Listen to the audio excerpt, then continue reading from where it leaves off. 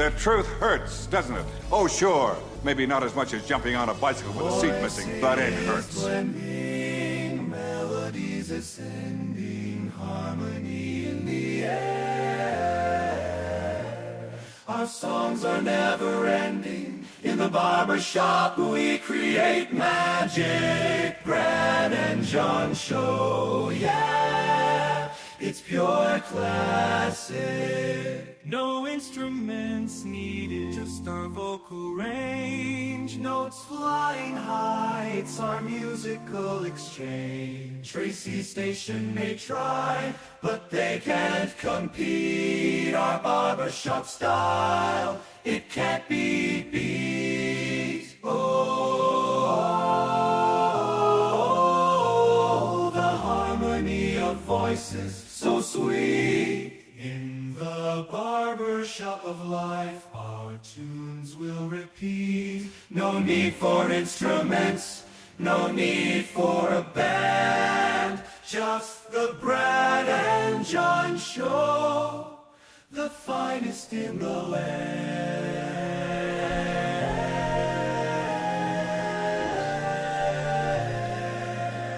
Ah, yes. Barbershop. Years ago, when I was still a young guy and I was out doing my portable DJ job. You ever do that, John? You ever spin records at parties, stuff like that?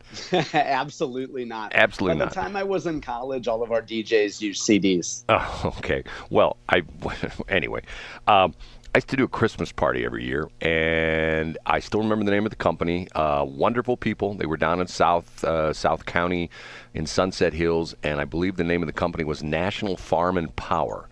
And the guy who was like the manager of the company had these really nice Christmas parties, and every year he would hire us to like play the music, stuff like that. But he would always hire somebody interesting. Some years it was a magician.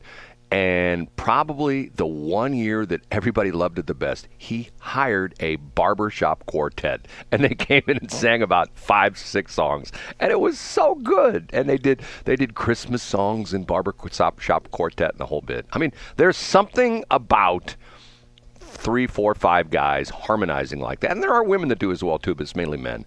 That is just always amazing to me. You know what I'm saying? It's just... I do. And, you know, when I think of barbershop quartets, I think of kind of middle-aged white men. And I hope it's not too early, Brad, but that story is the center of story number 3 today. We have to go there. But I have to give you some earth-shattering news. I'm ready. Yesterday, after I got off the air and I went to get my kosher donut at the kosher schnook store because I had to have a kosher donut yesterday. Not just any donut will do, but yesterday I had to have a kosher donut.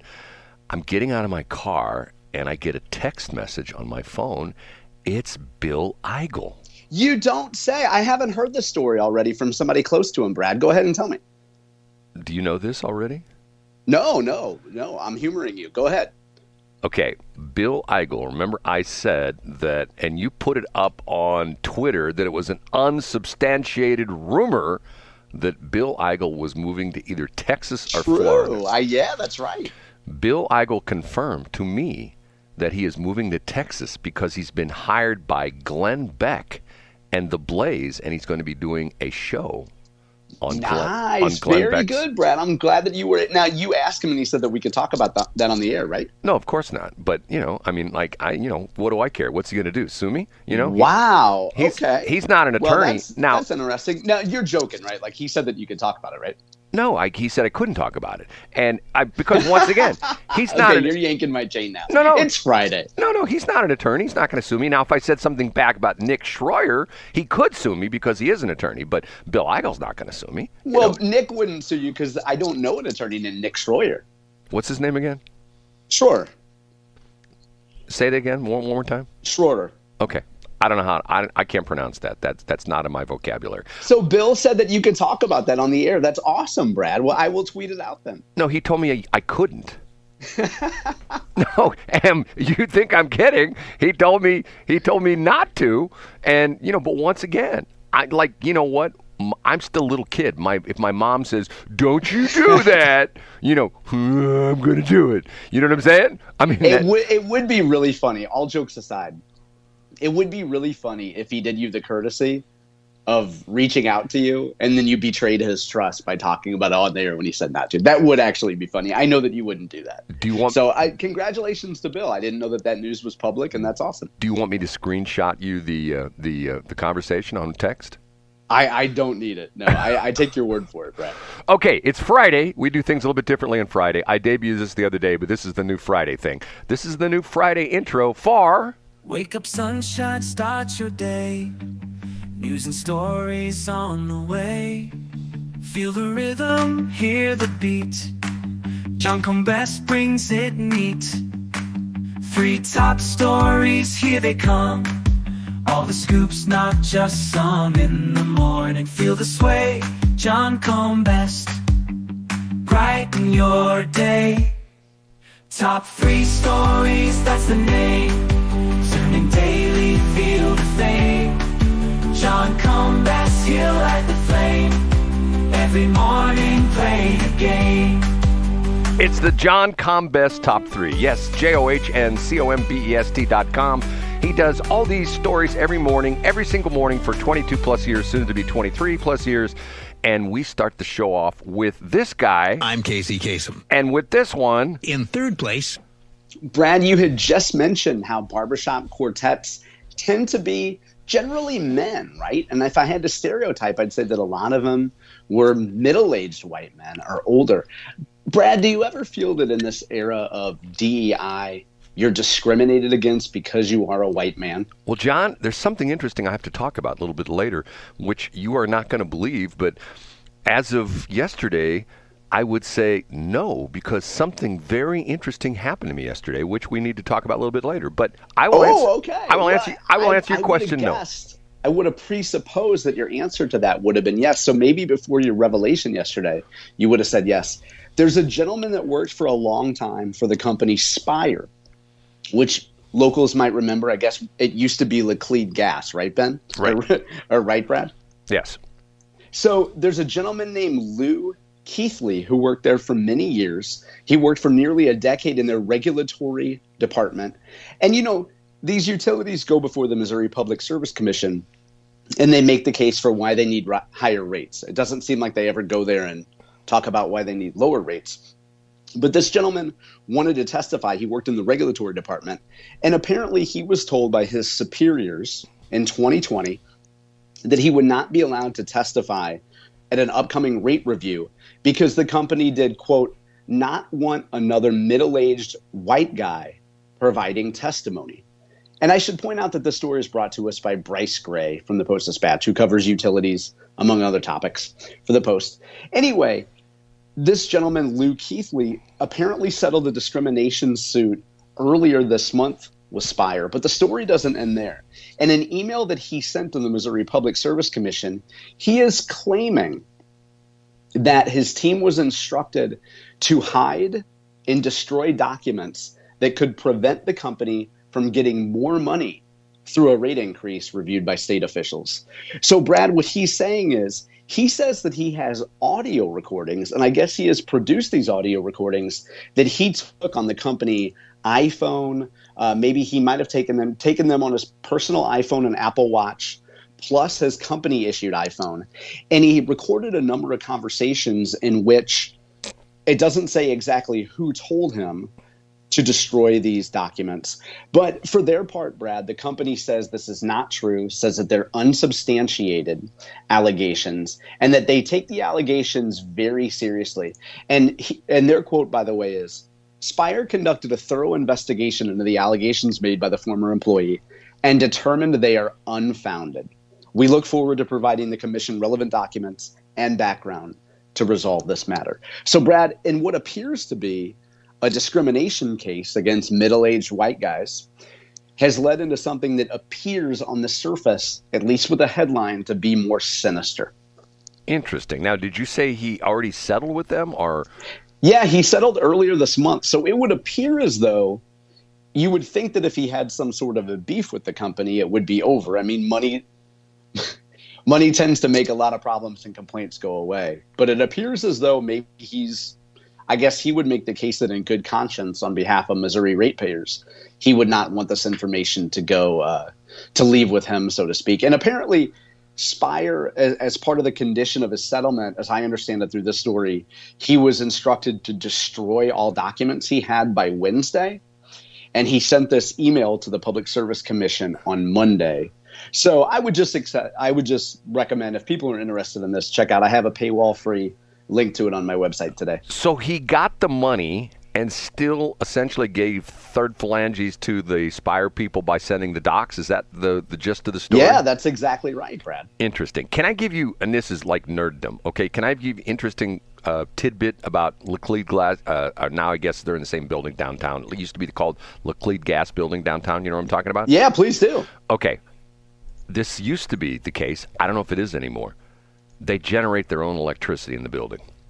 Oh, wow. And the reason I know this is years ago, the KEZK transmitter site was on the roof of the Laclede Gas Building. And if there were, once upon a time, there was a major power outage downtown, but KZK stayed on the air. And I knew Sam Caputa at the time, who was the chief engineer. And I called him up. I go, "Hey, Sam, there's a major power outage downtown. How come you're still on the air?" And he says, "Because Laclede Gas generates their own power with natural gas in the building." Now, I don't know if that's still the case, but back in the day, they generated their own power. Now, what I've never been able to understand is they did this for a while. You see the Spire trucks driving around town. Why aren't they powered by Laclede Gas, by Spire natural gas? They used to have natural gas vans, you know, and they wouldn't use gasoline, but they would use natural gas. Why don't they do that? They got, you know. I don't know. That's a great question. Now, Brad, they might not take that question from you because you're a middle-aged white man.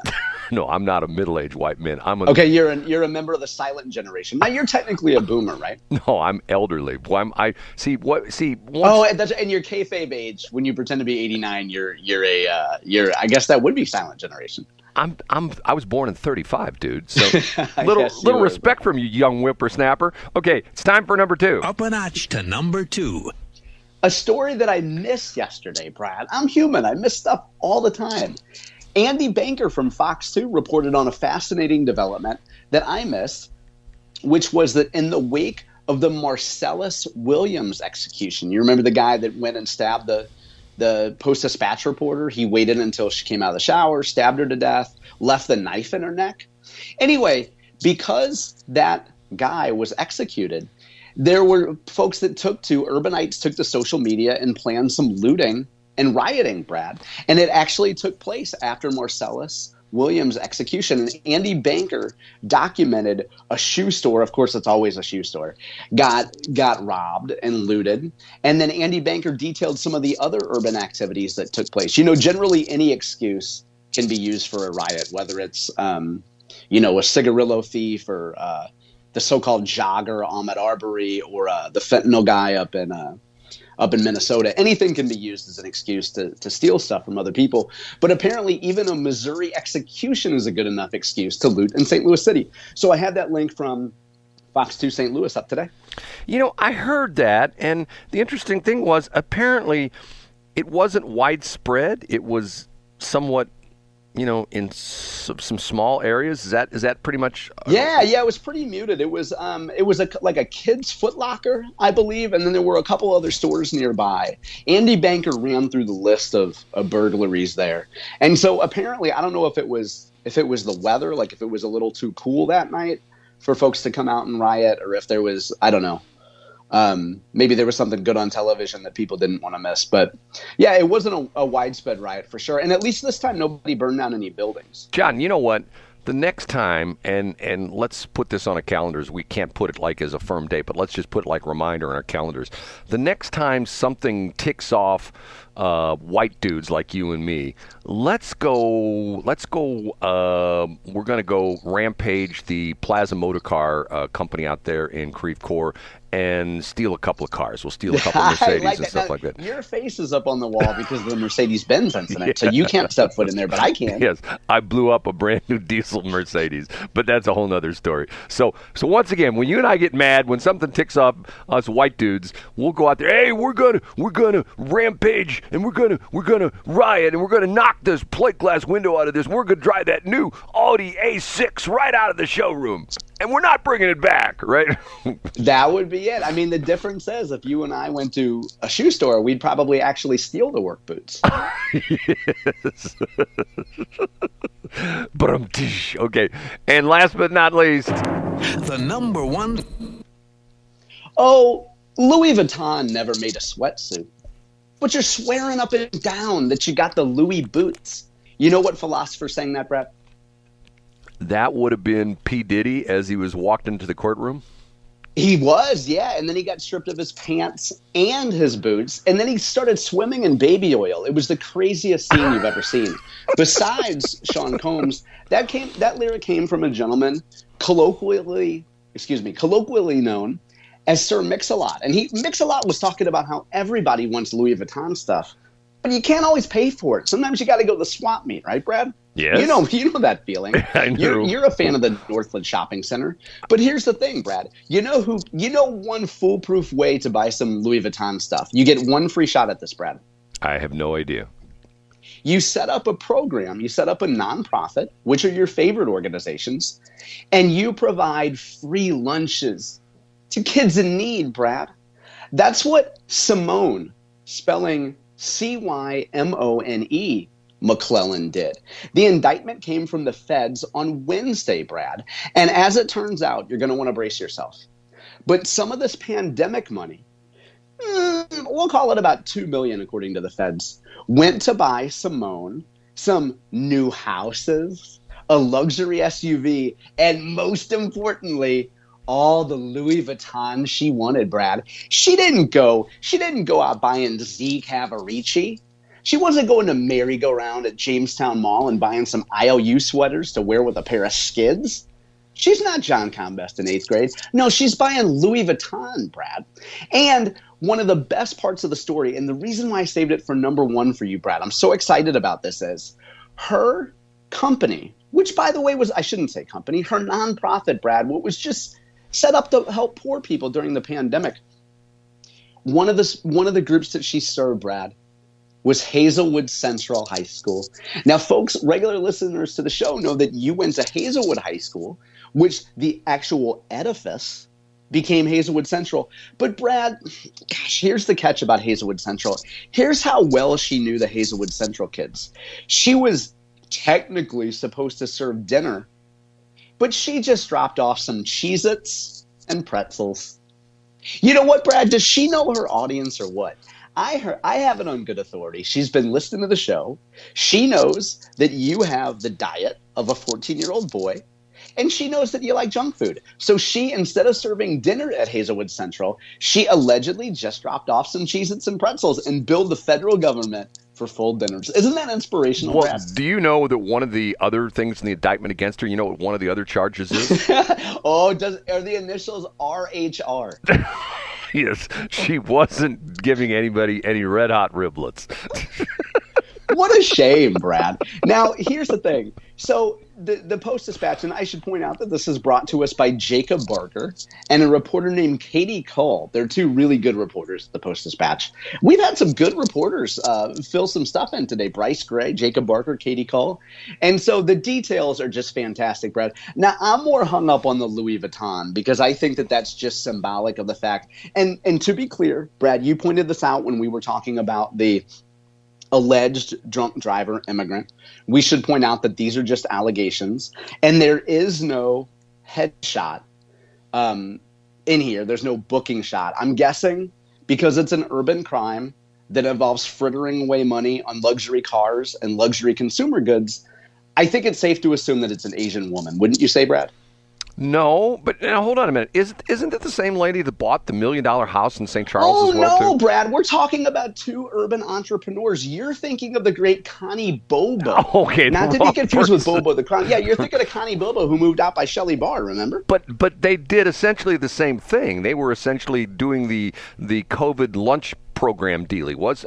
You're exactly right. And it's not just Connie Bobo, but there is a number of North County churches. Brad, you've been on a church kick lately. Right. And so this piece by Jacob Barker actually details toward the end some of the other recent scams. Now, Brad, I'm not going to narc out a listener to the show, but we have a listener to our show who does not live in Missouri, who lives somewhere else in Missouri.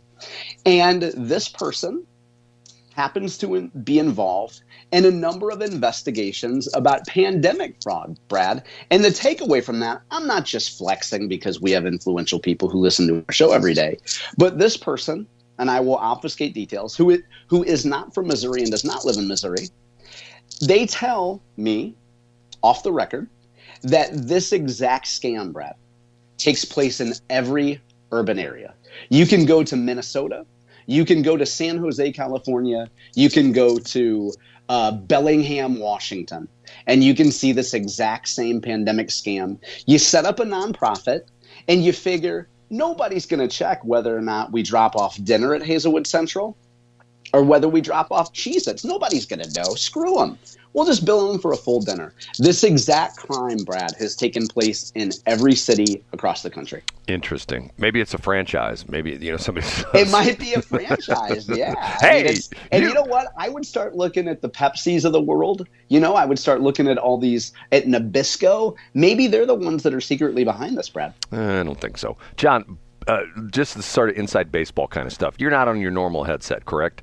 That's correct, yeah. Okay, you're moving something around, and it's like...